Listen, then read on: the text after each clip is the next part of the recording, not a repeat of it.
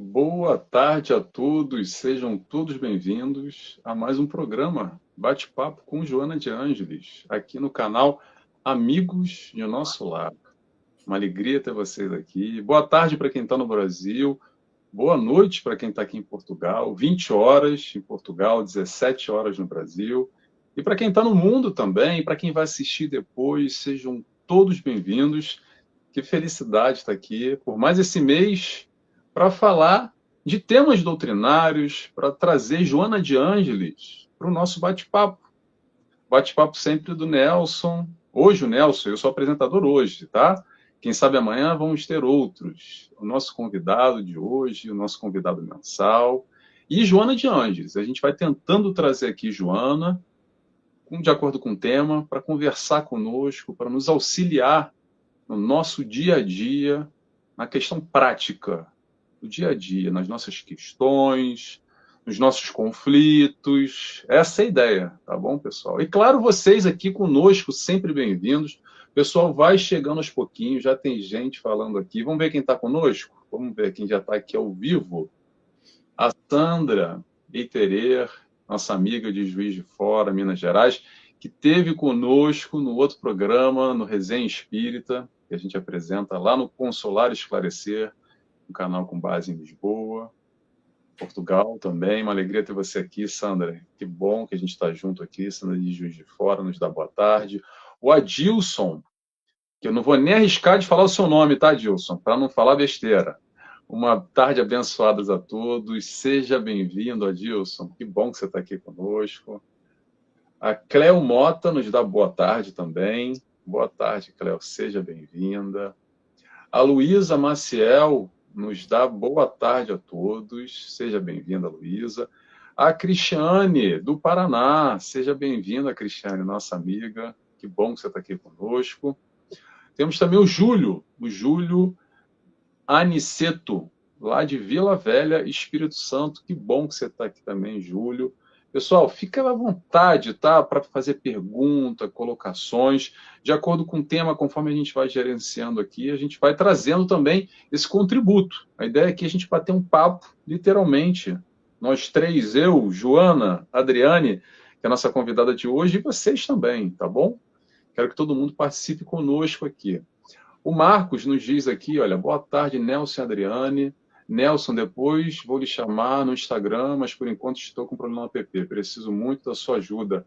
Um abraço, tá bom, Marcos? Manda sim uma mensagem lá no Instagram, ou então no Facebook também, no direct, tá ok? Fica à vontade. Vamos lá, pessoal. O tema de hoje. Vamos apresentar o tema de hoje, que é viciações mentais. Falar de vício. Será que vício é bom? Será que a gente está consciente dos vícios mentais, dos nossos pensamentos? Como é que a gente administra aqui as questões de foro íntimo? Um pouco disso que a gente vai falar e muito mais, tá? Tem bastante coisa para a gente falar aqui. Trouxe já, eu separei, não sei se a Adriane separou, alguns trechinhos de Joana também para colaborar conosco nesse raciocínio. E a gente vai agora apresentar a Adriane Bacarim, lá de Cascavel, Paraná. Adriane, que é graduada em Administração de Empresas, Direito e Psicologia, psicóloga como eu. Ela é pós-graduada em Psicologia Analítica e Prática Clínica em Espiritualidade. É mestre em Literatura Comparada. É coordenadora de estudos da série psicológica de Joana de Ângeles, estudante de Joana de Ângeles. Participante do programa Iluminação, participante do programa Peregrinação Interior e apresentadora do programa Momentos com Joana. Eu estou conhecendo agora a Adriane com vocês, tá, pessoal? Mas eu já sei que a Adriane é fã da Joana como eu.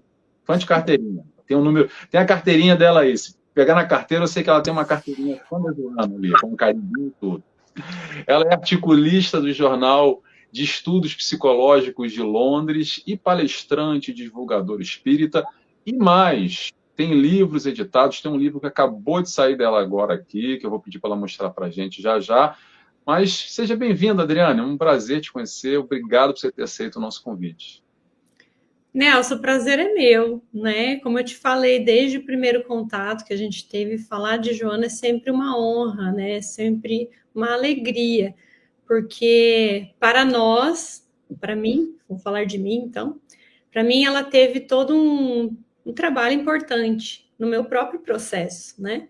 Então, quando eu compartilho, eu sinto a alegria de compartilhar porque entendo que se ela fez bem para mim e para algumas pessoas que conheço, pode ser que ela faça bem para outras também. Então eu fico muito alegre, de fato, de contribuir, né, de alguma forma.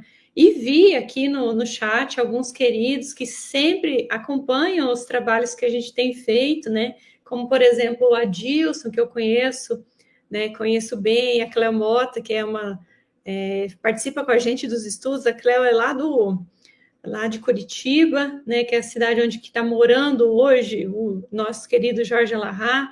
Tem também que eu conheço aqui o Júlio Aniceto, conheço o Giliard, a Neide Lima. Então, são essas pessoas que estão sempre com a gente. Então, com base na minha própria história e com base nesses, é que a gente fica também muito motivado, né? Daqueles que a gente sabe. É claro que, de repente, os outros também gostem de Joana, né? Mas esses eu estou citando porque são os que eu conheço, né? E sei que gostam desse percurso com ela. E o tema, né? O que falar do tema? O tema, assim, ele toca nas nossas questões de várias formas. E eu acho que a oportunidade que você dá aqui no programa da gente falar assim de forma mais prática, como você bem coloca, eu acho que isso sim faz toda a diferença. Porque às vezes a gente começa a ler um texto e olhando pela via da teorização, talvez a gente não consiga trazer para a nossa realidade. Ele leva um tempo para você associar isso com a tua experiência prática. Então, esse tipo de oportunidade, eu te parabenizo de verdade, assim, que eu acho que são os que mais conversam entre nós. Então, se o nosso objetivo é entender e se conhecer e perceber quais os pontos e que a gente se identifica com aquele tema, então por que não trazer assim, né, nessa forma de bate-papo? Então, acho que bem bom, e aí a gente deixa, né, o chat aqui disponível para fazer perguntas. Se for difícil, quem responde é o Nelson, se for fácil, eu respondo. Quem dera, quem dera. Olha, o pessoal que chegou, então, vamos dar aqui a referência. O Giliard, assim que se fala? É, Giliard Silva, dá boa tarde a todos. A Neide Lima. O Júlio comenta aqui que o melhor que toda essa bagagem, a Adriana é uma querida. A Rosilene, de Porto Alegre, chega aqui também, nos dando boa tarde. Seja bem-vinda, Rosilene. E vamos começar, pessoal. Vamos tentar aprender um pouquinho com Joana. Somos todos aprendizes. Adriane, Joana, Nelson, todo mundo que está aqui. A gente está aqui para estudar, para aprender com ela, para aplicar isso tudo, como a Adriane falou. Eu compartilho também, da mesma forma que a Adriane. Fez muita diferença na minha vida. Para quem me conhece já sabe que eu sou psicólogo hoje, graças a Joana. Foi um livro de Joana de Ângeles que me eu tocou. também. A Adriane também? Olha, tá vendo? Então somos dois, Adriane, somos dois que nos transformamos a nossa vida de tal forma, nos tocou de tal maneira que a gente buscou uma outra, segunda, terceira qualificação para entender mais ainda, nos tocar mais ainda. Uhum. Vamos lá, pessoal, vamos começar? Vamos elevar o nosso pensamento primeiro, fazer uma oração para se conectar com essa espiritualidade de luz que sempre nos abraça, sempre está nos esperando para momentos como esse que elevamos o nosso pensamento. Então, convido a todos que tiverem vontade a fecharem os olhos comigo e agradecemos inicialmente a Deus Pai, esse Deus de amor, esse Pai de amor, como o Mestre Jesus nos ensina, por essa oportunidade, por essa encarnação, por mais esse momento, poder experienciar aqui na carne, evoluindo passo a passo, gradualmente, a nossa velocidade.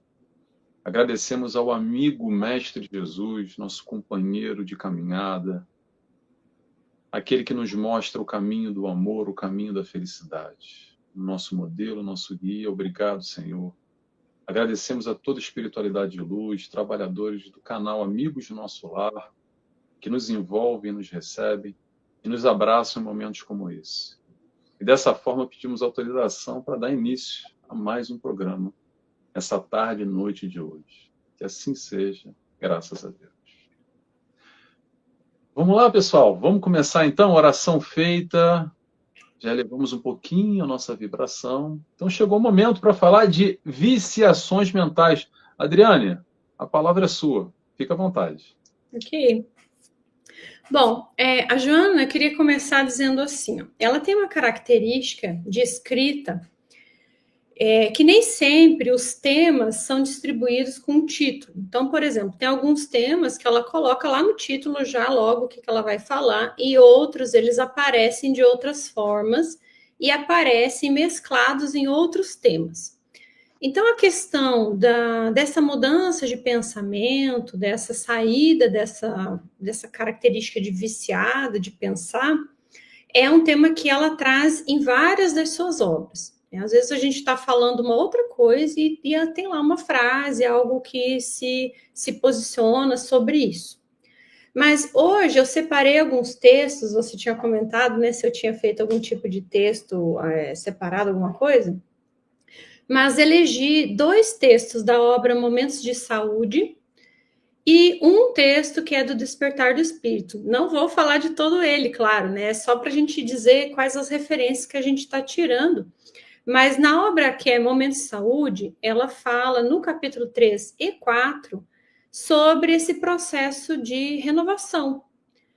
Então, o que acontece? Nós somos sempre esses que aquilo que nós temos diante de nós, aquilo que somos, ele é um processo de construção. Então, a gente não nasce pronto, muito pelo contrário, né? Kardec fala que nós fomos criados simples e ignorantes.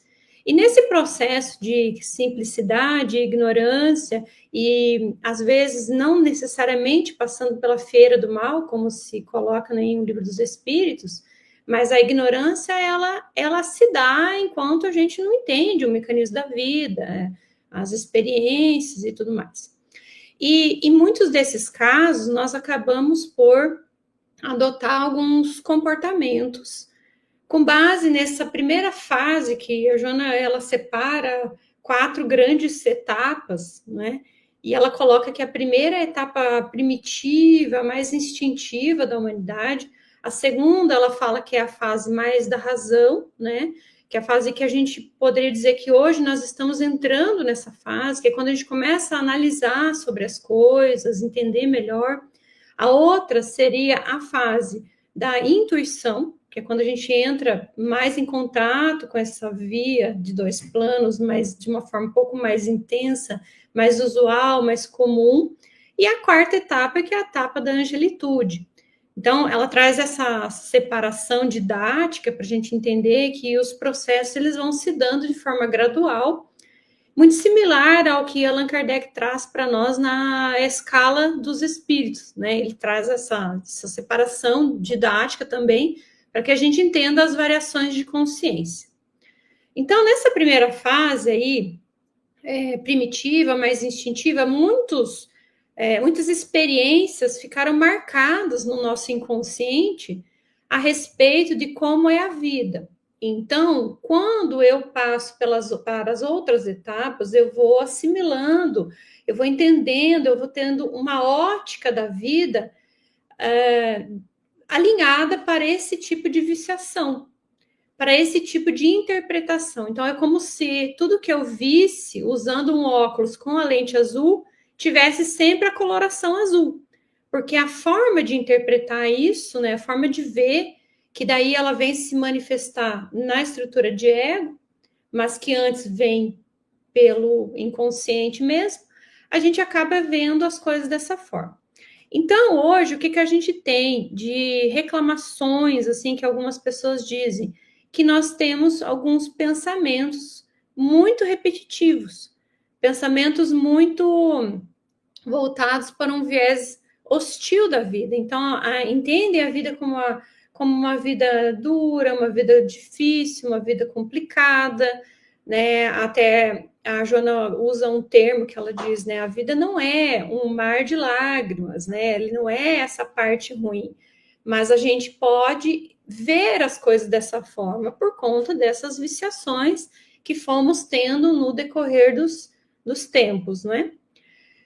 E aí a gente vai, quando vai estudar a doutrina espírita, a gente aprende que aquilo que nós pensamos, ele acaba por determinar uma realidade. A gente tem, por exemplo, nas obras de André Luiz, que existe uma forma pensamento, ela vai se formar a partir do teu pensamento. Então, nesse ponto, a questão do pensamento, que como eu disse, a Joana fala muito disso, ele pode ser o seu aliado, mas ele também pode ser seu inimigo. Vai depender daquilo que você pensa, como que você analisa as coisas a partir daí. Então, a maneira como a gente tem conduzido as coisas, nós temos um reflexo na vida a partir dessa percepção das coisas, da vida, né, como elas são. Então, o primeiro ponto que eu queria destacar é isso, que nós estamos em processo de transformação e é importante que se compreenda, né, como que esses pensamentos moldam a nossa vida, desculpa, de modo a identificar, né, para saber se eu tenho esse tipo de padrão mental viciado, se tudo na vida eu olho de forma negativa, tudo na vida eu interpreto como ruim, como pesado, como difícil. Se eu vou começar uma atividade nova, eu começo já desanimado, olhando para isso como se isso fosse algo muito complicado para mim, né? Então eu vou tirando essa possibilidade da minha vista, né? Vou tirando essa oportunidade de fazer as coisas diferentes, de transformar, justamente porque eu enxergo a vida assim, como esse olhar derrotista. E isso eu posso trazer para mim mesmo, né? Então, assim, eu tenho aí, então, uma autoestima baixa, né? Alguém que começa a acreditar que não dá conta de fazer as coisas, né? Então, o poder do pensamento, a Joana já entendeu como algo importante para nós, e ela diz, inclusive, né, numa obra que agora eu não vou recordar qual a obra que é, mas tem uma frase dela muito repetida, assim, muitas pessoas falam dela, que é assim, que quando a humanidade descobrir o poder do pensamento, a força do pensamento, é como se estivéssemos descobrindo fogo pela segunda vez. Então, a gente não tem noção, né, Nelson? Não temos noção como que o pensamento faz diferença na nossa vida. Então, esse processo de sair de um vício, né, e aí eu já quero pensar nessa questão do vício, de onde que vem, ele é um processo de fato, a palavra de estudo, eu preciso fazer essa transmutação. Então, vamos imaginar uma pessoa que tem um vício qualquer. Vamos pensar num vício a um tipo de droga, a um tipo de narcótico, um vício, um hábito, pode ser assim considerado também, né? Então, nem sempre a gente sabe, né, pelas obras até de André Luiz, que falam isso, e outras obras, que às vezes aquele vício ligado a um tipo de narcótico ou coisa do tipo, ele não é algo que começou nesta encarnação. Pode ser algo que eu tenha já, que eu traga isso como uma característica, né, de outras experiências, e aí então eu acabo por naturalmente entrar nessa via. E o pensamento, ele entra mais ou menos nessa mesma toada. Então, se eu tenho dificuldade de me libertar de um vício, de narcótico, de álcool, seja o que for, igualmente não é tão simples assim a gente mudar o pensamento, né? Então, essa ideia, né, de que a mente vai exteriorizar esses níveis psicológicos que nós temos dentro de nós. E com base nisso, nós vamos nos ligando àqueles que comungam dessa mesma tipo de pensamento. Aí vem a questão até obsessiva, né? Para que a gente acaba se vinculando com aqueles que similarmente pensam daquela forma. Então, para que a gente saia desse movimento, é um esforço danado. É um esforço tão grande que, assim, nem sempre a gente continua motivado a fazer essa mudança, porque, como todo vício, quando você vê, você já fez, né? É uma tendência, você está ali fazendo aquilo sem nem muito raciocinar. Então, aquilo que se pensa também se procede, diz ela, né? Então, porque o pensamento ele tem esse poder, ele tem esse movimento. Então, ela diz assim que o pensamento positivo, ele cria uma realidade saudável, ao passo que o pensamento negativo, ele acaba gerando dificuldade. Então, aquilo que a gente pensa, ele se exterioriza na nossa vida prática. E ela gosta muito de enfatizar, né? Então, quando a gente pensa que a vida, ela é um mar de lágrimas, né? Ela é todo um choro e ranger de dentes, nós temos um conceito equivocado da vida, né? Porque ela diz que ninguém está fadado ao sofrimento. O que a gente está... estamos aqui para fazer é para, de fato, transformar isso, né? Então, a partir do momento que você se dispõe a se renovar, a fazer essa mudança interna, ela acaba por mudar totalmente o teu movimento externo, né? Então, o que está dentro é que também está fora, né? O princípio da correspondência. Então, aquilo que eu penso, ele remete à questão fora. Então, quando a gente não está disposto a fazer essas mudanças, nós acabamos por ficar presos nesse passado, né? E aí que a questão de mudar vai tocar todos nós de alguma forma, porque aí tem uma outra questão que precisa estar posta aí, que é a questão da vontade. Mas a vontade bem direcionada, né? Porque eu posso ter uma vontade de mudar, mas as minhas atitudes não correspondem com essa mudança. Então, eu não vou fazer esse propósito ali, né? Porque eu acredito que eu não dou conta. E aí, eu tentei uma vez, na segunda eu já tentei mais ou menos, quando chega na terceira eu já desisti, né? Porque aquilo eu não dei conta de fazer. Então, o que são as viciações mentais? São esses pensamentos repetitivos e muitos deles destrutivos que acabam condicionando a nossa percepção da realidade. Ele condiciona a tua percepção o tempo inteiro, ela está ligada a esse tipo de padrão emocional negativo, como, por exemplo, a questão da culpa, né? Até nesses textos que a gente separou para falar, ela fala da instabilidade emocional que acontece a partir da culpa, né? Então, por trás de muitos dos nossos pensamentos tem a questão da culpa lá atrás, né? E que acaba por expressar-se de outra forma, mas a culpa está ali como aquele que dá o tom, que dá a direção. Então, como que é isso, né? Eu acredito que eu não tenho... eu não mereço uma vida boa, não mereço uma vida próspera, uma vida... com felicidade, com pessoas que eu amo junto, mas que eu mereço apenas uma vida ruim, uma vida desregrada, uma vida de insucesso. E não é isso, né? Então, nós viemos para ser inteiros, né? Viemos para fazer toda essa integração das nossas partes, e com isso vamos transmutando ali esse padrão emocional do medo, por exemplo, da insegurança, e do pessimismo que a gente até já citou. Então, ela vai dizer que isso toca muito nas questões do passado, sim, e que acabam no futuro virando aquilo que até as abordagens da TCC falam, né? Não é minha abordagem, mas eles chamam isso de crenças limitantes, né?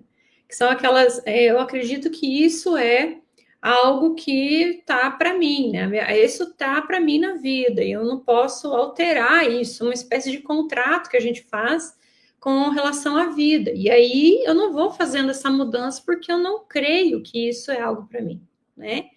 Então, da onde que vem isso? Dessas experiências do passado, desses abusos, dos traumas, das violências, coisas que a gente viveu em algum momento aí.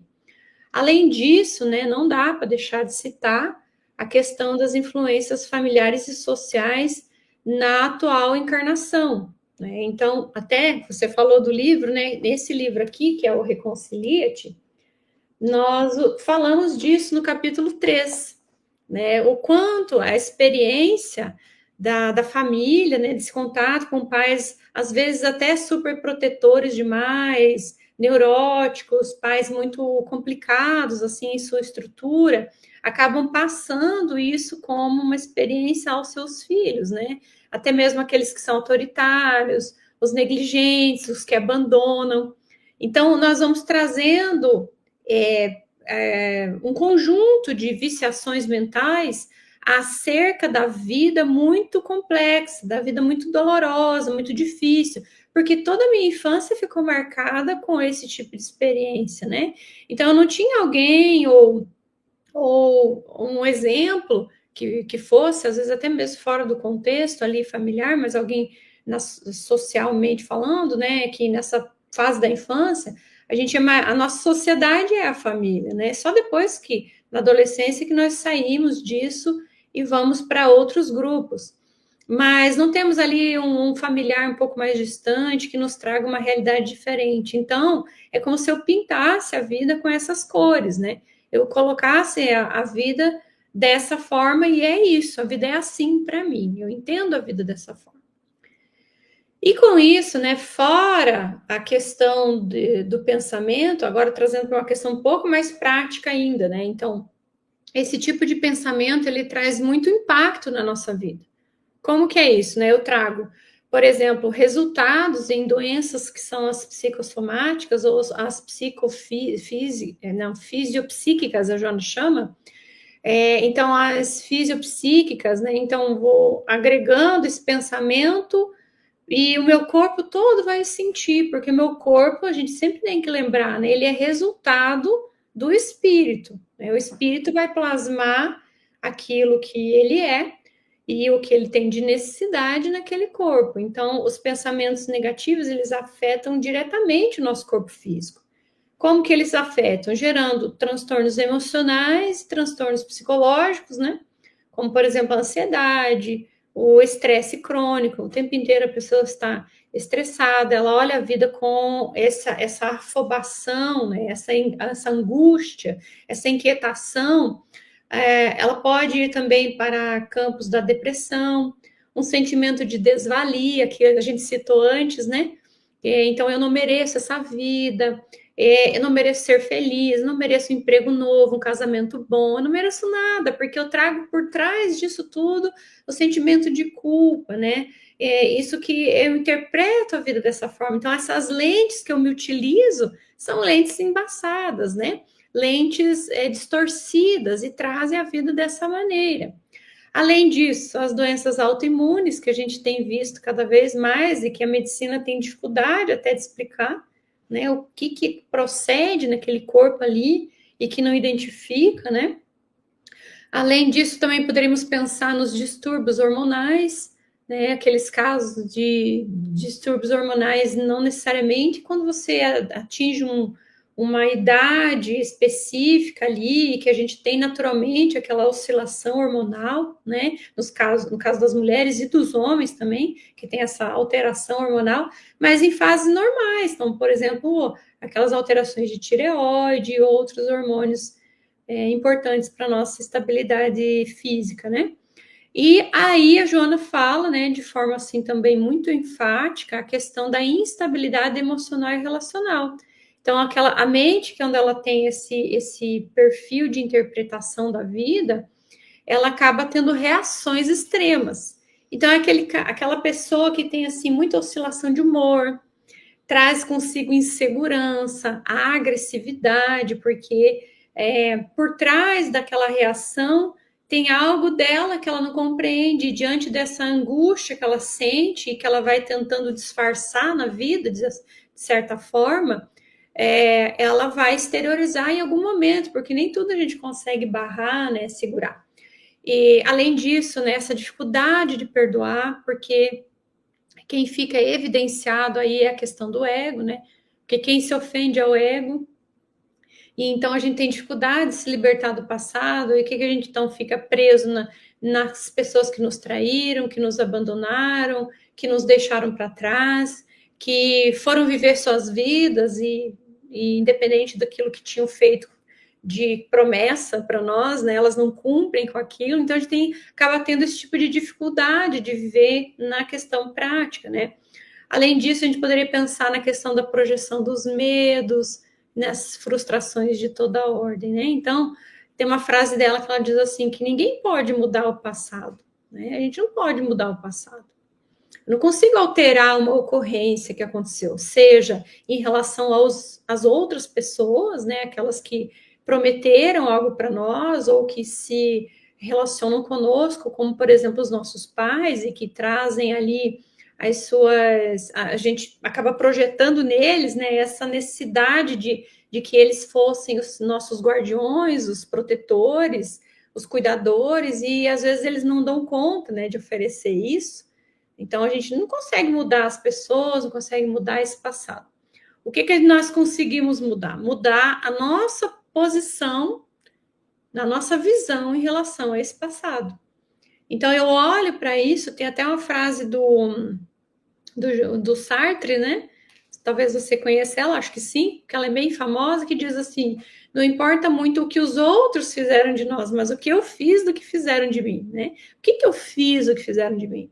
O que eu faço daquela traição, daquela experiência da pessoa que se foi embora, né? O que eu faço disso? Então, esse tipo de ocorrência, esse tipo de experiência, faz as coisas mudarem completamente, né? Então, por isso, então, a Joana enfatiza muito essa questão do pensamento.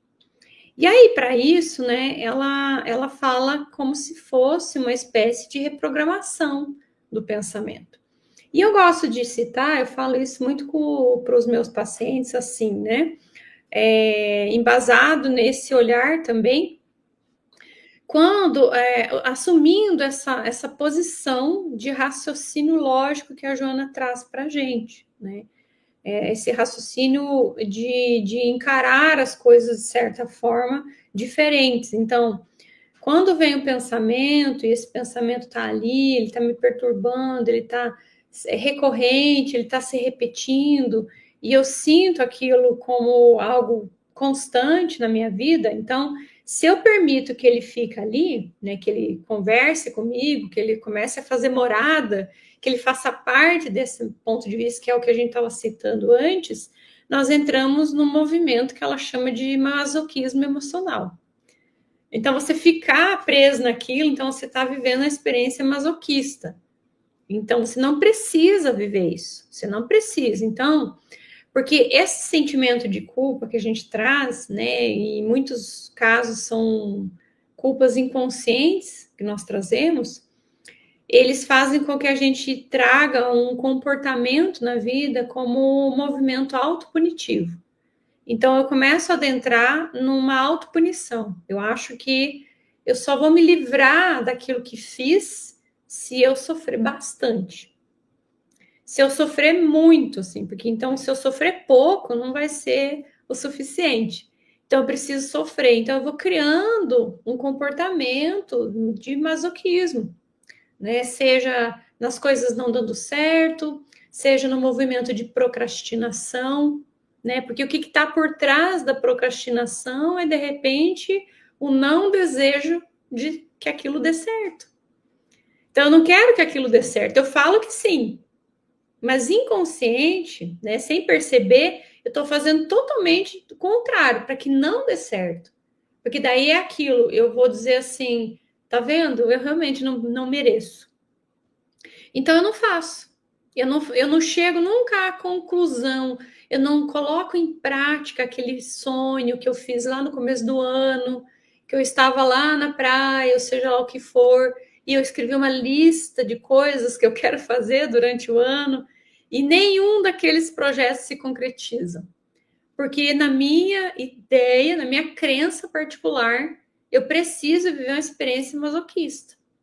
Então, se eu concretizar, eu perco esse lugar vitimista de, assim, a minha vida não dá certo, a minha vida não flui, né? Então, eu saio desse lugar fazendo como, né? Adotando uma postura ativa. Então, superar esse masoquismo emocional, sair dessa programação que me coloquei, e tudo é uma questão de responsabilidade, eu acho que isso é uma questão muito marcante, assim, no contexto espírita, né? O contexto espírita deixa isso muito claro para nós, de quanto responsáveis nós somos para aquilo que acontece ou deixa de acontecer na nossa vida, né? Então, assim, se em relação ao outro, o outro fez algo por mim e não fez bem, não agiu bem, eu vou encerrar, né? Fechar as contas com esse passado e dizer o que eu aprendi com isso. E igualmente, falando em relação a nós, né?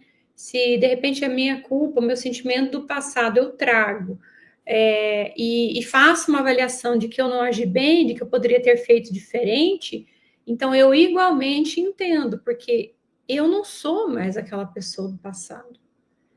Então, se eu não sou mais aquela pessoa do passado e hoje eu olho a vida diferente, eu aprendi com a vida, aprendi com a experiência, não tem como eu me julgar hoje com base naquilo que eu sabia e naquilo que eu dava conta do passado. Porque de repente uns podem dizer assim: não, mas eu já sabia que isso não era legal. Mas a questão é que você não tinha fortaleza moral suficiente, né? E eu gosto, né, desse olhar da Joana real mesmo, porque quando ela diz assim que nós, nesse processo de evolução, a gente disse lá no início, né, que estamos saindo dessa fase primitiva para essa fase da razão, então nós podemos dizer que nós estamos muito mais próximos do começo do que do fim. A nossa jornada, ela iniciou muito recentemente, né? E aí, nesse caso, ela diz assim que diante dessa condição, desse lugar em que nós nos encontramos, evolutivamente falando, errar ainda é um direito. Porque eu ainda não dou conta de fazer as coisas diferentes, sabe? Então, talvez por uma questão de não saber, talvez por uma questão de não ter fortaleza moral suficiente. Agora, então eu tenho um direito de ainda errar, mas o dever de reparar. Então, o comportamento imediato, quando identificamos algo que vem o sentimento de culpa, a gente fala isso no nosso livro também, é imediatamente você transmutar a tua forma de viver. Então, você sai, você faz essa reprogramação, percebe? Então, você se liberta daquilo que aconteceu no passado, seja em relação a outras pessoas, seja em relação a você mesmo. Então, não é o que aconteceu com você, mas é o que você escolhe a fazer a partir do que fizeram de você. O que eu escolho? Ah, mas como assim? É uma escolha minha? É uma escolha sua. Ficar na culpa, como diz ela, e aqui o pessoal vai talvez brigar comigo, mas assim, ó, briguem com Joana, tá? Mas ela diz assim, ela diz assim, que ficar na culpa é também você se colocar como alguém que não quer fazer a mudança. E então eu me escondo atrás do sentimento de culpa e não faço a transformação. Porque nós temos essa tendência de fugir da responsabilidade, né? Temos essa tendência de sair dessa posição de passiva da vida, né, de receber as coisas da vida e assumir um lugar de protagonista.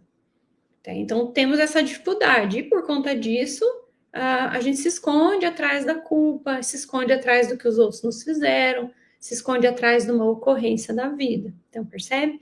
Então, esse é uma postura que a gente precisa sair.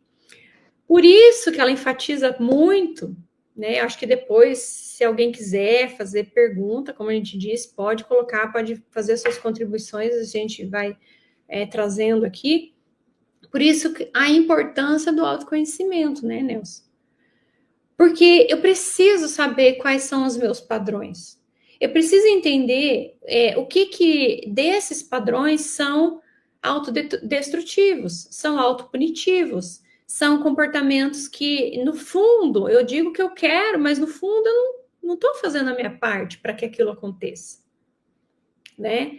Então, até tem uma frase dela, uma outra frase dela que diz assim: quando eu digo que não posso, no fundo, o que eu quero dizer é não quero, eu ainda não quero. Porque não há nada que a gente não possa. Existe, claro, uma questão de tempo, né? Tem certas coisas que eu preciso fazer uma construção para atingir. Mas eu não tenho nada que eu não possa fazer, porque trago em mim todas as competências, todas as capacidades em germe, em semente, que precisam ser despertados. Mas se eu ainda estou na maquiagem das coisas, me disfarçando como alguém que não dá conta, com essa programação mental acerca do fracasso, da escassez, da ausência, do sofrimento, eu não me autorizo a viver uma vida nova, sabe? Então, eu preciso me conhecer para entender se eu tenho esse tipo de comportamento, esse tipo de padrão. E sair desse movimento de autocompaixão, do vitimismo, né? Então, ela fala, substituir a culpa pela aceitação de certas coisas e pelo aprendizado que ela vai te trazer, né? Um outro ponto que ela traz, né? Então, o autoconhecimento, sair do comportamento de autocompaixão, que é diferente de se acolher, né? Eu sempre gosto de dizer, se acolha, né? Acolha-se, né? Que é diferente. A autocompaixão é sentir pena de si mesmo, diferente. Então, você entrar no terceiro ponto, que é o pensamento construtivo. Então, quando você começa a olhar para o teu pensamento, o teu padrão ali, você começa a construir um pensamento novo, trocando o pessimismo pela gratidão e pela solução. Então, eu adoto um comportamento solucionador das coisas. Ok, minha história é essa, e agora? Eu faço o que com isso? Ok, fizeram isso comigo, eu faço o que com isso, então? E então eu vou para questões práticas, saindo daquela ideia passiva, como a gente disse, de aguardar que as pessoas façam algo por mim. Então, só que para isso eu preciso colocar a direção da minha vontade, né? E aí, o perdão, o desapego ao que aconteceu, né? A gente não ficar carregando os fardos que não nos competem, carregando coisas que já não precisam ser carregadas, então a gente vai desapegar daquilo. Então, se alguém te traiu, se alguém te enganou, trocou sua amizade, né? Enquanto você estava ali um amigo, vamos colocar entre aspas, um amigo serviu, aquele amigo que ficava sempre batendo palma, participando dos teus sucessos, e você achava que esse amigo batendo palma, participando das tuas coisas, estava bom. No dia que ele cresceu, se ele já não te serve, então que tipo de amizade é essa, né? Então, só para dar um exemplo aqui. Então, a gente tem que se questionar, por que a gente vai querer ficar ao lado de pessoas dessa forma, né? Pessoas que não vibram com o nosso crescimento, que não querem o nosso sucesso. Eu falei até outro dia, né? Há tantos casamentos, né, Nelson? Você deve perceber isso de vez em quando alguém te fala. Quantos casamentos em que o cônjuge, um dos cônjuges não aceita a vitória do outro, o sucesso do outro, fica boicotando a pessoa, né? Então, esse tipo de relação, a gente talvez precise refazer o nosso sistema de valor. Entender como que é isso, né? Por que eu me mantenho nesse tipo de relação, né? E aí, sempre ela fala, né, para que a gente abra espaço para a reflexão, para entender os nossos pensamentos e reorientá-los, né? Então, eu reoriento esses pensamentos a partir do momento que eu entendi outras coisas, né? Coisas diferentes, que não eram como são agora, né? Que podem ser transformadas, que pode ser alterado, né?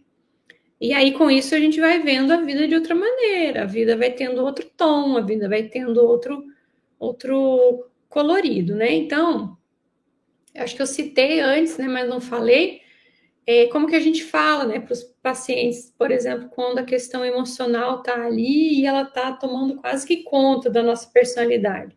A gente vai trazendo isso para a lógica. Então, esse sentimento que eu estou tendo, ele faz sentido? Esse pensamento que eu estou tendo, ele faz sentido? Ele condiz com a realidade? Então,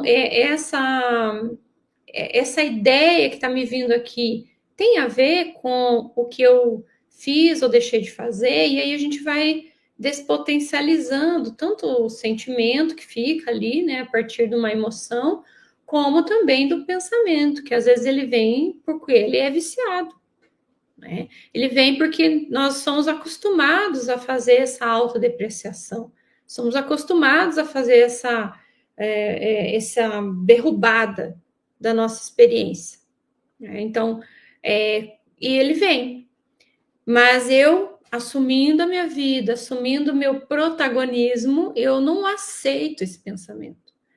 eu não concordo com esse pensamento. Aí você vai sentindo na prática que esse tipo de organização interna, essa continuidade, ela vai alterando, ela vai se enfraquecendo até o dia que você consegue pensar completamente diferente. Naquela obra dela, Psicologia da Gratidão, toda a obra dela, eu acho interessante, sabe, o quanto, o porquê, né, e o para quê, vamos assim dizer, que ela deixa ela como a última obra da série psicológica. Justamente porque em todas as outras ela foi explicando essa novidade do proceder. Porque você só consegue ser grato quando você olha para a vida e entende essa vida como algo possível de se fazer, de mudar. E então eu olho com a vida com gratidão. Porque se eu tiver naquele pensamento viciado, naquele olhar negativo em relação à vida, pessimista, como que eu vou sentir gratidão?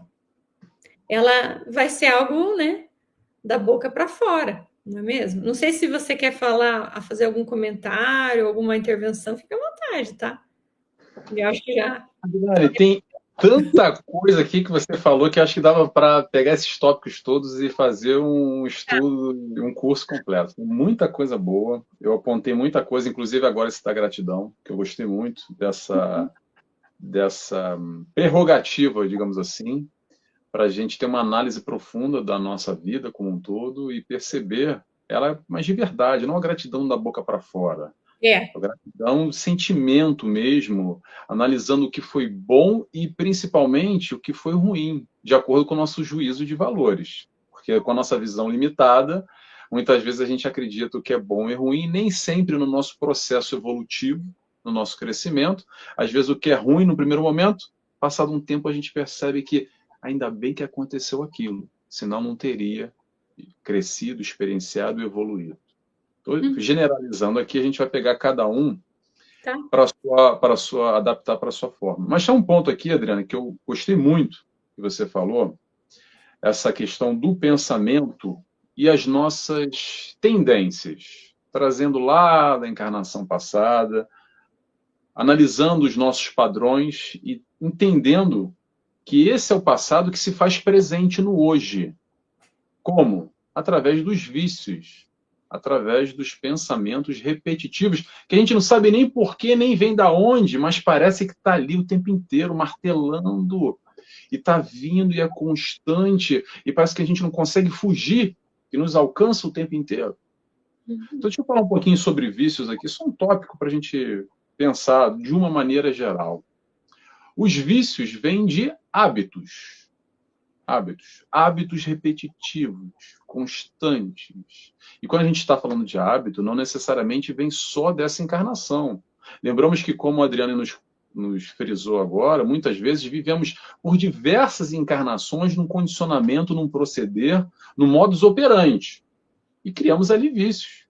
E hoje encarnamos com uma nova personalidade, essa formação, mas com toda essa bagagem, essa tendência instintiva que vem a galope e se manifesta no eu de hoje, nesse eu momentâneo. Então, essas ações repetitivas acontecem até de alguma forma que entram no automático. Quando está no automático, já está no vício. E a gente já começa a confundir conosco, porque parece que faz parte de nós. E a gente não consegue entender o mundo de outra maneira. E como é que as pessoas não veem o que eu vejo? Às vezes com essa lente que troca o óculos aqui, esse óculos é transparente, mas bota um óculos escuros e a gente está vendo a vida sempre com óculos escuros. E está sempre tudo muito embaçado, está sempre tudo muito pesaroso, muito negativo, muito denso. Hábitos, pessoal, são comportamentos. Vamos lembrar, alguma vez a gente teve um comportamento e se repetindo se transformou em hábito. E pode até se ter transformado em um vício. Mas vamos lembrar que o poder está na nossa mão. Não somos vítimas do destino nem de nós próprios. Não sendo vítima, a gente tem que entender uma coisa. Comportamento é escolha. Ponto final.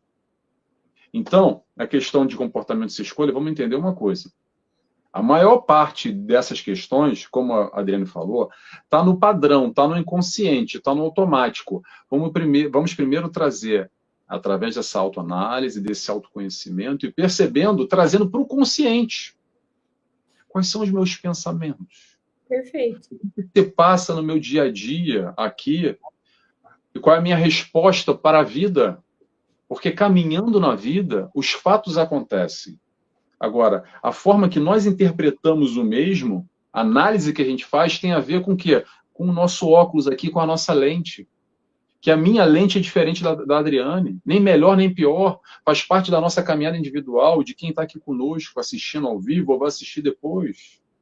Perceba se esse teu óculos, essa tua lente, é por vindoura, é uma lente que tem uma análise positiva, proativa, assumindo essa responsabilidade, entendendo as belezas do mundo, ou vendo tudo embaçado como uma desgraça, uma pobreza, e por que acontece comigo? E só coisa ruim. Porque realmente, quando a gente está com esse óculos negativo, ou essa lente escura, embaçada, até o que é bom se transforma em negativo. Por quê? Porque a gente não tem a capacidade de enxergar. Porque tudo na vida, pessoal, tudo tem o seu lado positivo e negativo. Ah, não, só tem negativo. Ou será a nossa incapacidade de fazer uma análise mais ampla? Já vou passar a palavra para a Adriana, mas já vou dar um exemplo aqui, que eu gosto muito de dar esse exemplo, que é um exemplo que sai da teoria, um exemplo prático. Sabe qual é? É assim. Nelson, provavelmente alguém já vivenciou isso aqui que eu estou dizendo. Nelson, aconteceu um fato na minha vida lá atrás, faz 3 anos, faz 10 anos, faz 20 anos, que naquela hora eu arranquei os cabelos. Eu achei que eu não ia suportar, que não ia dar conta. Eu queria me jogar da ponte, bater com a cabeça na parede. Era uma carga muito pesada que eu não conseguia quase suportar. E eu achava que era o meu pior momento da minha vida e era uma desgraça e uma dor tremenda. E foi verdade, atenção. Mas agora, passados esses anos, eu consigo olhar para trás e perceber que sem aquela dor extrema, tamanha, tremenda, eu não ia chegar onde eu cheguei. Eu não ia aprender o que eu aprendi. Eu não ia evoluir o que eu evoluí. Ponto final. O que a gente pode tirar disso? Pode tentar buscar, com as nossas limitações, com a nossa pequeneza, analisar um todo num plano maior. Porque às vezes a dor vai bater amanhã, pessoal. E aí? Como é que a gente vai responder? Com desespero arrancando o cabelo e não compreendendo talvez os propósitos evolutivos, que isso que está se apresentando é para mim, para minha evolução. A dor que se apresenta para você muitas vezes é para o teu crescimento, para o teu evoluir. Para a Adriane da mesma forma. São processos individuais que vão surgindo, entre aspas, na nossa vida, que fazem parte, muitas vezes, do planejamento reencarnatório, com a grande conspiração da espiritualidade ao nosso favor, que é fazer o quê? Nos dar a oportunidade de crescimento. Que muitas vezes é através de processos dolorosos, sim. Não sempre precisa ser assim. Mas dor é diferente de sofrimento. Mas, pessoal, não vou seguir mais. Eu já vou passar a palavra para a Adriana, mas eu quero trazer um pouco aqui que os nossos amigos estão aqui compartilhando conosco, que já chegou mais gente. Vamos ver quem está aqui conosco? Espera aí, a última foi a Rosilene, né? Então, a Fátima, lá de Aracaju, nos diz boa tarde, amigos. Abraço fraterno, Nelson. Um abraço apertado para a querida Adriane. A Minha Fátima, amiga, Fátima, querida. Obrigada, Fátima, por tua presença aqui. a Carla, lá de Minas Gerais, nossa amiga, nos dá boa tarde a todos. Boa tarde, Adriane. Boa tarde, Nelson. Deus abençoe a todos nós. A Maristela, nossa amiga, lá do Rio de Janeiro. Seja bem-vinda, Maristela. O Júlio nos diz o seguinte: Emmanuel diz que a maioria dos encarnados tem vícios com a sexualidade. Perfeito, Júlio. Muito ligado ainda ao primitivo, à sensação, aos prazeres. Perfeito. Emmanuel decorre não só Emmanuel, como outros espíritos. Inclusive, Joana fala muito sobre isso também. Fala. O Marcos traz uma pergunta aqui. Marcos pergunta: procrastinação, insegurança, medo, falta de ânimo pela vida. É um vício passar os dias remoendo medos e tristezas? Interrogação. Vou responder essa primeira pergunta, Marcos. Pode ser que sim. Se você está numa sistemática, nesse automatismo de medo e tristeza e não consegue ver mais nada além disso, pode ser que esteja num vício, num pensamento repetitivo, constante nessa negatividade. Continuando a outra pergunta. É depressão? Interrogação. Se sim, depressão sempre será oriunda de processos obsessivos? Marcos, eu vou me arriscar a responder, já vou passar para a Adriana responder também. Se é depressão, pode ser que sim, ou pode ser que não. Depende do teu quadro, tem que fazer uma análise mais profunda, não dá para fazer assim a bruta, tá? E se sim, depressão é sempre oriunda de processo obsessivo? Não, nem sempre é oriunda de processo obsessivo, mas uma vez que o sujeito se encontra em depressão, baixamos a nossa vibração e automaticamente nos conectamos com a espiritualidade, muitas vezes que se conecta conosco e que está ali, ó, lá embaixo, sorrateiro, em muito pesar, nessa conexão acaba fomentando, alimentando ainda mais o processo depressivo. Mas, Adriane, quer responder?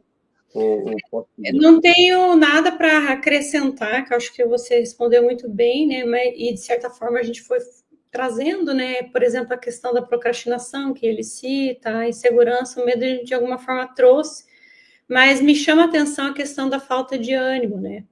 Então, precisa investigar isso aí, né? Para ver se tem alguma questão relacionada, por exemplo, ao próprio vazio existencial.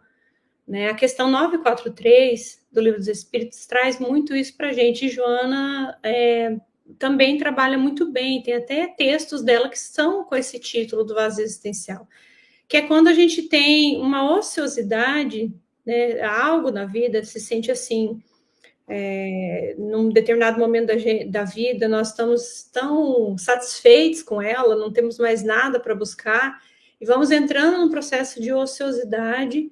E aí, com isso, a vida perde sentido, né? A vida não tem mais o porquê, o para quê dela, e quando é assim, vamos perdendo essa alegria de viver, né? Então, assim, concordo com o que você fala, né, também sobre a questão do vício, né? Você está o tempo inteiro ali remoendo a tristeza, é esse o vício mental que a gente está citando aqui, né? Então, porque qual que é o fundamento desse medo, dessa tristeza? Então, tem que investigar para ver no teu caso, se de repente é uma questão até biológica, né? Porque a gente citou até antes da questão dos hormônios, às vezes uma questão hormonal que dá um sintoma similar, só para dar um exemplo, né? Um sintoma similar ao da depressão e não é depressão. Às vezes falta de vitaminas, não é depressão. E às vezes é um momento depressivo que você está, mais melancólico, mas não necessariamente é patologia. Então, por isso tem que investigar. A gente falando aqui, né, fica muito genérico, né? Sobretudo porque não conhecemos a pessoa, não avaliamos a pessoa. Mas olhando assim, né, é importante a gente olhar, porque a falta de ânimo pela vida, ela não é normal, se é que a gente pode dizer assim. Tem que investigar, né, o que está acontecendo. Perfeito, é exatamente isso, como a Adriane falou, Marcos. A gente fala aqui muito do estudo teórico, né? A gente está aqui trazendo tópicos importantes e tentando enquadrar eles na nossa vida particular com as nossas questões de foro íntimo, que cada um vai saber por si. Claro que aqui carece, talvez, Marcos, até pelo seu próximo comentário que eu já vou colocar aqui no ar, uma análise mais direcionada para o teu caso em específico. Daí eu aconselho buscar um terapeuta, um psicólogo, um psicanalista, um psiquiatra, para tentar entender um pouco além, tá? E talvez buscar encontrar respostas e caminhos para o teu caso em especial. Só que vou colocar rapidamente o que o Marcos compartilhou conosco. Ele diz que está na meia-idade, próximo dos 50, e esse cansaço mental faz ele desejar que os anos corram logo e acabe logo a existência. O medo do presente me consome, assim como o medo do que virá após desencarne. Eu não vou nem responder, Marcos, que dá para elaborar bastante por aqui, tá? Mas realmente tem aqui várias vertentes aqui que a gente pode analisar mais profundamente ou individualmente e buscar entender aqui todo esse processo doloroso que você vem vivendo.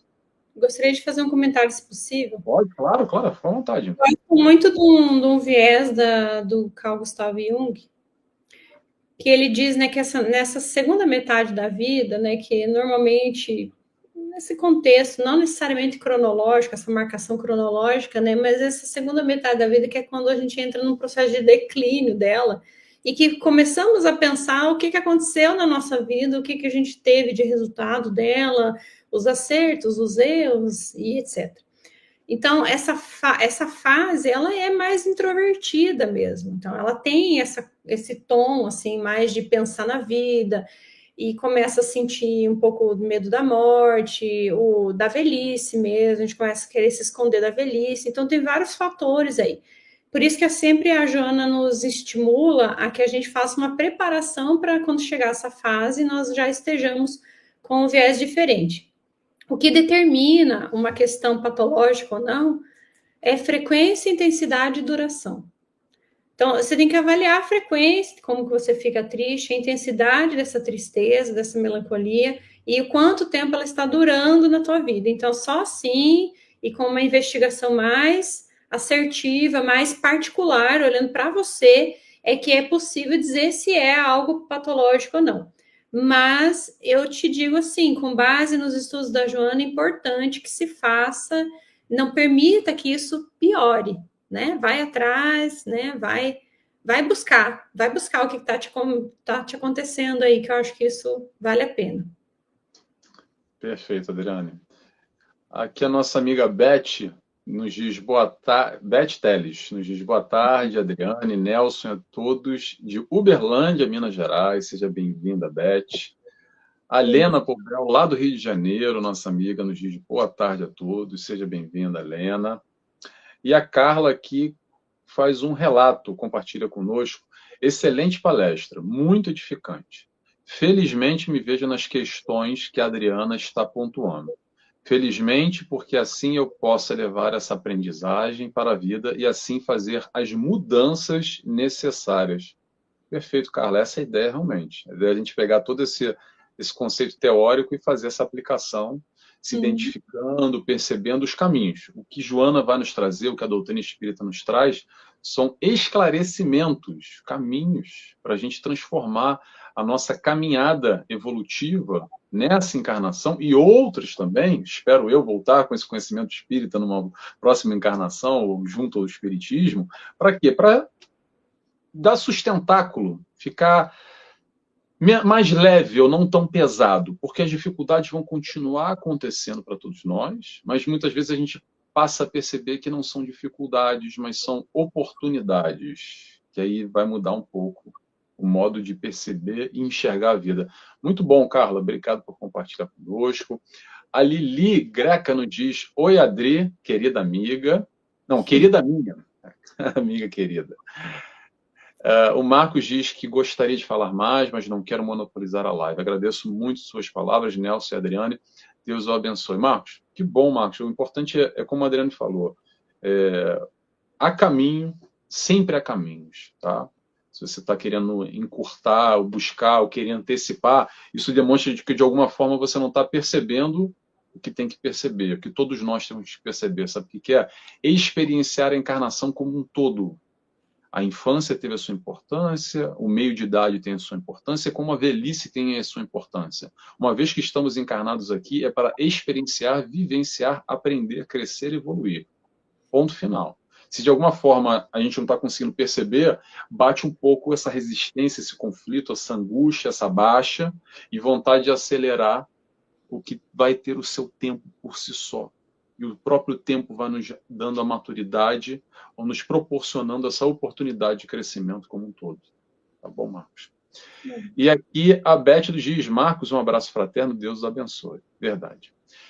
Vou trazer aqui um trechinho que eu separei também, para passar a palavra para a Adriane. Você falou do automatismo, né? Eu acho que isso que a gente tinha comentado, de alguma forma, eu só queria puxar, e daí você... Pode, força, pode ir. Porque, assim, você falou muito bem a questão, né? Que nós tornamos algo vício a partir do momento que você faz de forma repetida. Então, você está repetindo, aquilo virou vício. Então, o vício de escovar o dente com a mão, começar por cima, começar por baixo, isso é algo que a gente, de tanto fazer repetido, a gente nem percebe, está fazendo aquilo desse jeito. Então, o vício de você pegar o carro, levar as crianças para a escola pegar sempre o mesmo caminho, quando você vê, você está na frente da escola. Aí o que acontece? O dia que é feriado, não tem aula, quando você vê, você também está na frente da escola. Você saiu de casa e nem se deu conta que você não precisava ter ido para lá, porque virou um automatismo. Então, em relação às nossas condutas, né, nós vamos entrando nesse processo de condicionamento, ficamos condicionados a repetir, repetir, repetir, até que tudo saia sempre do mesmo jeito. No entanto, como a gente já está na fase do raciocínio, da razão, a vida nos convida a pensar naquilo que estamos fazendo, sair do automatismo. Então, essa parte automática que já não faz sentido, que já não tem razões de ficar aqui, nós podemos alterar. Agora, é fácil você mudar um vício? Não. Porque se eu mudo de casa e o percurso que eu vou fazer para levar as crianças na escola é outro, eu tenho que toda vez pensar naquele percurso. Se eu falo um idioma e esse idioma para mim ele é automático, quando eu vou aprender um novo eu preciso pensar muito e ele é exaustivo. Ele cansa. Então, a vontade bem direcionada e a repetição, o desejo real de que aquilo se modifique é o que vai fazer diferença. Então, se a gente entra num processo assim, tentei 1, 2, 3 vezes, não dei conta e vou desistir, bom, então não vai mudar. Vai ficar sempre assim. Porque essa mudança, ela requer da nossa parte a disciplina. Né? A disciplina de você, mesmo sem muita vontade, você vai para a academia, não é? Sem muita vontade, você vai comer aquele alimento que te é saudável, em vez de adotar um fast food que você sabe que vai acabar com a tua saúde. Mesmo sem vontade, você vai fazer um ritual de sono para você dormir cedo, para você acatar ali que aquilo te faz melhor para a saúde, no outro dia você rende melhor, etc. Então, é uma questão de disciplinar a vontade, de fazer com que essa direção dela saia dessa parte automática, primitiva, instintiva, desculpa, da personalidade que ficou bem marcada por um tempo. Então, agora é a era da razão e da lógica. Então, eu vou quebrando esse padrão conforme eu vou raciocinando. E aí você falou a palavrinha-chave, trazer para o consciente. Traz para o consciente, tira dessa parte do inconsciente, e aí, aos poucos, você vai lidando melhor com isso, né? Eu acho que isso... você tinha feito esse comentário e a gente foi para as questões e acabou não falando. Mas, enfim. Tá perfeito, perfeito, Adriane. Está conectado exatamente com o trecho que eu tirei aqui da Joana, que eu quero ler para vocês, que ela fala exatamente sobre vontade. É o que a Adriane está falando agora, que está lá no Ser Consciente, o livro da Joana, capítulo 4. Joana, rapidinho, nos diz o seguinte: a mente, conforme seja acionada pela vontade, torna-se cárcere sombrio ou asas da libertação. E aqui vem a questão importante que a Adriane falou, a vontade direcionada, porque só a vontade sem ação, a vontade com efetividade, com levantar, desculpa o termo, tá? Com levantar a bunda da cadeira e ir atrás daquilo que a gente almeja e busca. A pergunta aqui que é importante, vontade, qual é a tua vontade? Qual é a nossa vontade? Ela vai nos levar para onde? Não só o desejo, tá? Desejo, às vezes tem a vontade, é o desejo, aquela coisa quase utópica. Outra coisa é entrar exatamente como a Adriane falou, a disciplina, perseverança, constância no objetivo a ser alcançado, porque não vai cair do céu. Muitas vezes a gente tem ainda aquele sonho dourado da Disneylândia que vai pedir ao céu e vai cair. O que vai cair é a oportunidade de trabalho. Bater a porta, ela precisa usar. Levanta e anda. A busca exatamente que o Cristo nos ensina, trazendo aqui Joana, sempre como o maior psicoterapeuta de sempre, o Mestre Jesus, é essa análise do movimento da ação realizando aquilo que nós almejamos. O que você quer? Levanta e anda. Vamos prestar atenção em todas as curas realizadas pelo Mestre Jesus. Ele questiona qual é a vontade daquele necessitado, que claro que ele sabe qual é a necessidade, mas ele questiona qual é. Ele busca que o sujeito verbalize aquela vontade. E aí ele fala, vem comigo. Ele instiga a ação. em diversos momentos a gente pode analisar o Evangelho e perceber como é deixa para trás e me segue. É sempre um movimento, porque dependemos desse nosso movimento. E aí a gente cai muitas vezes nesse comodismo, na zona de conforto, não empurra com a barriga, não deixa para depois. E a gente vai postergando o nosso crescimento, que é inevitável, que vai acontecer através do aceitar desse convite para o caminhar na direção que a gente quer, ou então, em vez de a gente caminhar na direção, vamos ser empurrados pela dor, que vai nos levar à mesma evolução. Por isso que vem aquela frase, quando não é pelo amor, é pela dor. A gente está falando de evolução, de crescimento. Mas se a gente já tem hoje a consciência, o esclarecimento suficiente, aí cabe a nós aceitarmos o convite, ou caminharmos pelas próprias pernas, ou esperar vir o caminhão da dor nos arrebatando nas costas, nos empurrando, que aí, se você não vai por bem, vai do jeito que vai, até aprender, às vezes de uma forma mais dolorosa. Para ilustrar, eu gosto muito das ilustrações, vamos pensar de sair da teoria, é como um bom educador com os filhos, que às vezes é doloroso o processo em casa da educação, mas é melhor aprender em casa do que aprender na rua. Porque na rua vai vir sem amor. Então, se dá para aprender com amor, caminhando pelas próprias pernas, eu acho que é aceitar o convite de forma sábia, com sabedoria, todo esse aprendizado que a gente tem aqui, que Joana nos proporciona, Jesus nos proporciona, que a gente está aqui aprendendo um pouquinho. Quer falar um pouquinho, Adriana? Acho que é isso mesmo, né? É a decisão. Acho que a palavra é decisão, né? Então, enquanto você falava, eu pensei em dois personagens, né? O primeiro deles, Públio Lentulus, que a frase posta lá como a do Cristo, né, no Evangelho, no livro há 2000 anos, ele coloca assim: está no teu querer seguir-me agora ou daqui a milênios? Porque é uma questão de decisão. E assim como aconteceu com o jovem que foi falar com Jesus e dizer assim: Senhor, eu sou aquele que distribui as coisas aos pobres, né? Eu sou caridoso, eu sou alguém. O que mais falta para que eu entre, enfim, no reino de Deus? E aí ele fala: você tem que me seguir, né? Vende o que tem e me segue. E essa interpretação, olhada assim dessa forma, de maneira literal, Joana trabalha muito bem essa parte na obra Jesus e Atualidade, que é bem esse nome, Jesus e Decisão, é o título desse capítulo. Ela vai explicar os porquês dele não ter adotado aquela postura de seguir. Então, tinha algo que o prendia na vida atual, em que pese algumas das suas, de alguns dos seus comportamentos fossem já de alguém que desejasse ainda que timidamente a mudança. Mas tinha algo que ele precisava abrir mão, por exemplo, a questão da juventude, né? Ele era jovem, ele queria ainda a fama, ele queria ainda os louros que a juventude forneciam para ele, enfim. E aí, quando ele ele declina, ele acaba não indo, naquela corrida em que ele vai fazer, a corrida de bigas, e que ele gostava muito desse poder, desse lugar de status, ele desencarna ali.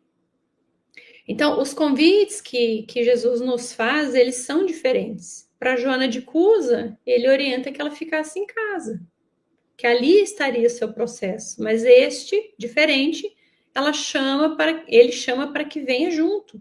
Então, as formas de sermos convidados ao trabalho, independentemente disso ou daquilo, todos eles compõem a carregar a própria cruz.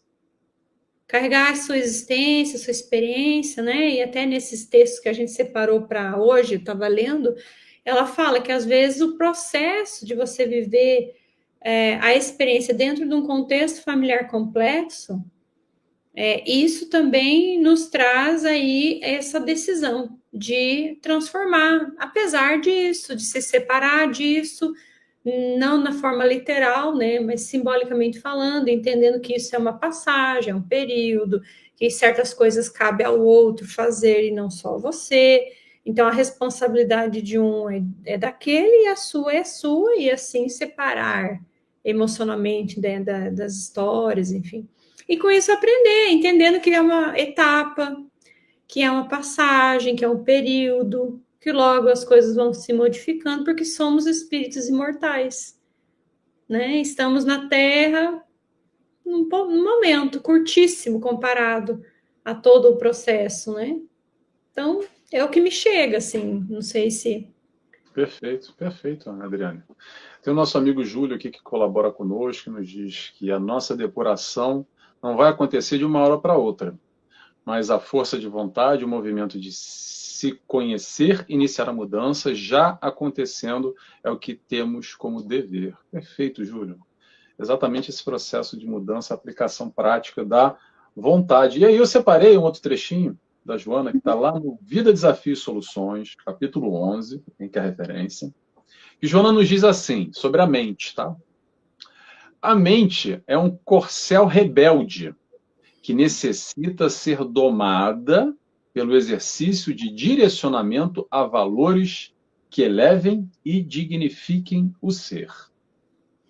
E aí, quando fala de domada, eu gosto muito daquela referência, daquela história da mente, como o macaco louco, às vezes que fica pulando, descontrolado, desgovernado, de uma esfera para outra, e você tenta pegar, e o macaco está aqui, pula para cá, pula para lá. Pessoal, vamos pegar o macaco louco e colocar na coleira, treinando ele direitinho. Não é para brigar com o macaco, não, tá, gente? Se o macaco existe, vamos colocar na coleira, adestrar ele. A gente deixa de ser vítima de nós próprios, e passamos a ter o controle. O caminho aqui, o convite, no caso que a Joana nos faz aqui, ó, como é que ela diz? Necessita ser domada pelo exercício. Não basta só querer. Ah, eu quero. Quantas vezes, provavelmente a Adriane já lida com esse consultório também, com certeza. Ah, Nelson, eu gostaria muito disso, eu quero muito. Então vamos exercitar. Ah, mas é trabalho. Eu falei, claro que dá trabalho. Não adianta só teorizar, para fazer uma alegoria aqui. Não adianta a gente ler agora que todos os aparelhos da academia, ou aqui quem tem em Portugal é ginásio que chama, mas da academia, lá o transporte, a esteira, a bicicleta, todos os aparelhos para puxar peso, e a gente teorizar que é o máximo, ver como é que funciona, como é que monta e desmonta, saber os timings certos de exercício. E aí, se a gente não for lá para exercitar, pessoal, não vai mudar nada. Vai ter o conhecimento teórico, claro, é muito bom, óbvio que é muito bom. Mas a prática, o exercício, sabe o que é? É a encarnação. A encarnação é o exercício. Exercício daquilo que a gente já tem teoricamente preparado para vivenciar, para passar. Sejam provas ou sejam expiações. Mas é o exercício, é a prática. E aqui o convite desse abrir de horizontes, acredito que é o que a Adriane passou como eu, e perceber a vida sob um novo viés, sob uma nova ótica. Uma ótica de aproveitar muito mais do que se lamuriar, do que viver nesse comportamento coletivo, às vezes, que, tá ruim, isso aqui é uma desgraça, quero que ele jogue uma bomba e acabe logo, que tudo se exploda e eu exploda junto. E aí, que evolução tem, que crescimento tem? Como a Adriane falou, é mais uma encarnação, pessoal, e passa rápido demais. Não é só o nosso amigo Marcos aqui, que já está ali chegando aos 50, a grande maioria que já passou dos 40, já batido, sabe que parece que passa mais rápido, voando. Fala, ai, caramba, eu estava com a Adriana aqui conversando, falando aqui rapidamente, aqui, em bastidores, ela perguntou, quanto tempo? Eu falei, 5 anos. 5 anos? Nossa, 5 anos, parece que foi outro dia. Parece que foi outro dia. Passa rápido demais. A gente está falando do Covid, época do Covid. Acho que já faz 5 anos, que a gente está em 2025, acho que foi final de 2019, se eu não me engano. E realmente parece que foi outro dia. Então, essa percepção de tempo e tirar o proveito da melhor forma possível em nosso favor. Como é que a gente faz isso, Nelson? É como a Adriane disse, vamos trabalhar autoconhecimento, reparar, entender, perceber os nossos padrões, os nossos valores já conquistados, que é importantíssimo, mas aquilo que a gente tem para trabalhar, principalmente. O que tem para trabalhar está aí, ó, apitando para você, que nem um alerta Sabe como? Com as nossas tendências, ou melhor, as nossas más tendências. Esses nossos viciozinhos que a gente vai empurrando com a barriga, finge que não vê, passa pano. Olha para as tuas tentações. Perceba que as tuas tentações têm a ver com a tua fraqueza moral, provavelmente. De novo, estou jogando tópicos aqui, tá, pessoal? Para a gente internalizar e trazer aqui para o nosso eu individual. Adriane, pode continuar. Você falou uma questão interessante, mas eu acho que daí caberia até uma outra oportunidade de falar mais disso, né? Você fez um comentário sobre a questão do tempo, né? O quanto a gente sente o tempo escoando, assim, sobre os nossos dedos, né? Diante do nosso nariz, aí a gente vê o tempo passando. E nós temos adotado, assumindo um novo hábito na vida, né? Então, assim, até que ponto isso é bom ou não? Eu acho que é uma questão de a gente se perguntar. Mas um novo hábito, assim, é de estar muito ligado a observar a vida pelas telas das redes sociais. O que tem trazido para nós uma falta de percepção, né? Uma autopercepção, porque aí você tem uma atenção alternada e difusa, muito mais treinada do que a atenção essa focada. E aí você citou, né, a dificuldade da mente se concentrar em algo. Então, diante desses novos hábitos que a gente tem adotado, nós estamos entrando num processo de abrir muitas telas no nosso computador e não ver coisa nenhuma. Então, assim, eu estou vendo aqui, estou vendo ali, estou respondendo, estou escrevendo, estou fazendo. Então, eu estou fazendo muitas coisas de uma vez só e nada ao mesmo tempo. Então, de repente, vale a gente avaliar nas questões práticas da vida, né? Então, nós não estamos falando de coisas distantes da nossa realidade. Estamos falando de coisas particulares, em que a gente pode falar e pensar assim, como é que eu inicio a minha vida? Eu inicio a minha vida olhando para a rede social, eu inicio o meu dia olhando o que o fulano fez, se tem comentário, se tem curtida, se tem mensagem do WhatsApp, o que eu recebi, ou como é que eu tenho começado, né? Então, estamos adotando novos hábitos, você vê até pouco tempo atrás, eu posso dizer isso porque estou similar ao Marcos, né? Estou ali nessa faixa etária, né? A gente consegue dizer assim, olha, antes disso tínhamos outras realidades, então outras propostas, outras coisas. Então, a nossa mente tem se encharcado de lixo mental. Porque nós o tempo inteiro estamos vendo coisas e coisas muito rasas, muito breves, e que nem sempre são, inclusive, verídicas. Né? Quantas vezes a gente está passando o feed ali vendo vídeos que não dizem sobre mim. Então, a questão não estamos dizendo para não usar isso, porque isso é algo que vai e não vai voltar, mas que se faça eleição daquilo que está sendo visto, daquilo que está sendo inserido na nossa mente, a fim de que aquilo seja algo que me traga uma correspondência positiva, ou se aquilo nada mais está me enchendo de coisa e me deixando cansado, que às vezes é um cansaço mental real, né? De muito estímulo, né? Então, uma geração muito viciada na dopamina mesmo. Então, dorme mal, se alimenta mal, se comunica mal, interage mal, porque está o tempo inteiro olhando para a rede social. Então, o que a gente tem feito da nossa questão comportamental em relação à mente? Estamos aquietando a mente ou não? Então, se as minhas escolhas estão voltadas para esse agito, né, para esse outro tipo de vício mental, talvez eu tenha que rever os meus conceitos e começar a sair desse efeito de massa, né, que você citou, sair do efeito de massa. Então, todo mundo faz, eu também faço. Será? Será que é esse o ponto? Ou será que a gente também não pode adotar comportamentos que condizem mais com a minha visão de mundo, meu ponto de vista, né? Enfim, acho que isso me ocorreu, assim. Eu acho que é uma questão que a gente tem visto cada vez mais frequente, né, por aí. né? Muito bom, Adriane. E eu posso falar, esse mês passado, vou até fazer uma propaganda, um convite aqui. Eu falei sobre tecnologia e desequilíbrio, exatamente explorando um pouco essa nova realidade, essa modernidade, e para quê? Para a gente estar atento às nossas escolhas e perceber como é que a gente está utilizando essa internet, essa ferramenta ao nosso favor ou contra nós. Muitas vezes a gente cai numa dinâmica quase que obsessiva, e eu tenho paciente, talvez esteja até me escutando aqui agora, que tem dificuldade, dorme pouco e vara a madrugada inteira em série, em TikTok, vídeo, e não consegue produzir, está quase refém à vida, isso pessoas já com uma idade avançada. Tá? Não estou nem falando de idade recente. É entender como é que a gente está utilizando isso, tendo controle, gerenciando ao nosso favor. Tá lá, eu vou fazer um convite agora aqui, aliás, vou fazer um convite para todos já.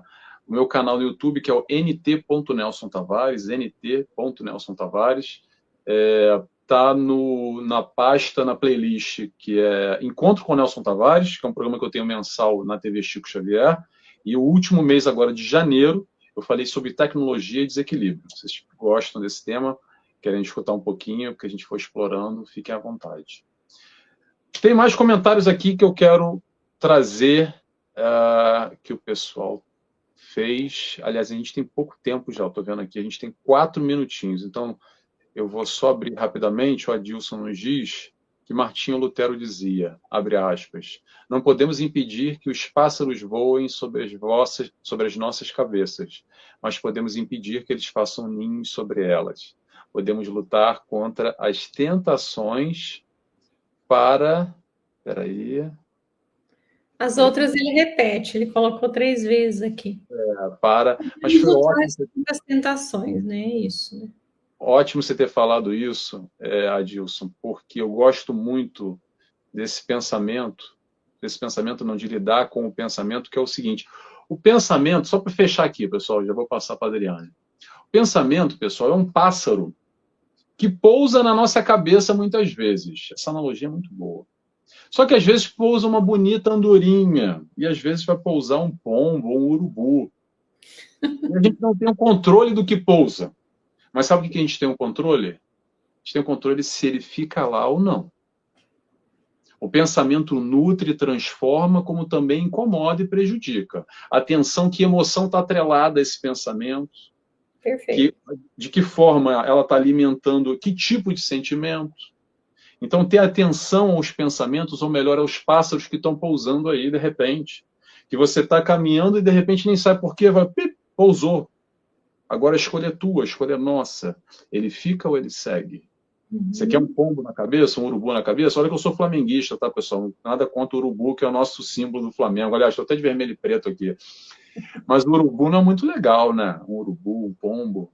Então, atenção aos pensamentos. Acho que não é bom, não. Nesse ponto, né? Mas, Adriane, passo para você a palavra. Aliás, está aqui a Sandra agradecendo desde já. Mais uma vez, muito obrigado, Nelson e Adriano. Obrigado a todos que estiveram aqui.